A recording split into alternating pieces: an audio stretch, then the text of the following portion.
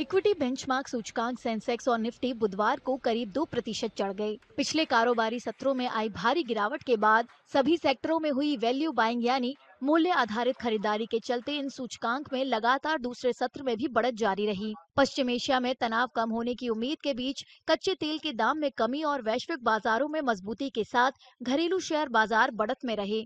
वैश्विक तेल मानक ब्रेंट क्रूड 5.07% टूटकर 99.19 अमेरिकी डॉलर प्रति बैरल पर आ गया। 30 शेयरों वाला बीएसई सेंसेक्स 1205 अंक चढ़कर 75,273 पर, जबकि 50 शेयरों वाला एनएसई निफ्टी 394 अंक उछलकर 23,306 पर बंद हुआ। सेंसेक्स में शामिल शेयरों में अल्ट्राटेक सीमेंट, बजाज फाइनेंस, लार्सन एंड टुब्रो, टाइटन और इंटर ग्लोब एविएशन सबसे ज्यादा चढ़े, जबकि सिर्फ टेक महिंद्रा, पावर ग्रिड कॉरपोरेशन, टाटा कंसल्टेंसी सर्विसेज और भारत इलेक्ट्रॉनिक्स लिमिटेड के शेयर ही लुढ़के। If we look at the volatility skewness, or simply put, how the risk is being priced in the options market, it is being hedged on both the sides. The markets can shoot up on the higher side, the markets can fall down to lower levels, and that is what is being hedged. So it is a purely hedged market. If you look at the advanced decline ratio in the equities market, it is roughly about 2.5. That means for every one stock that has fallen today, there are 2.5 stocks which have recovered. So on the equity market, the cash segment, the market seems to have a positive outlook.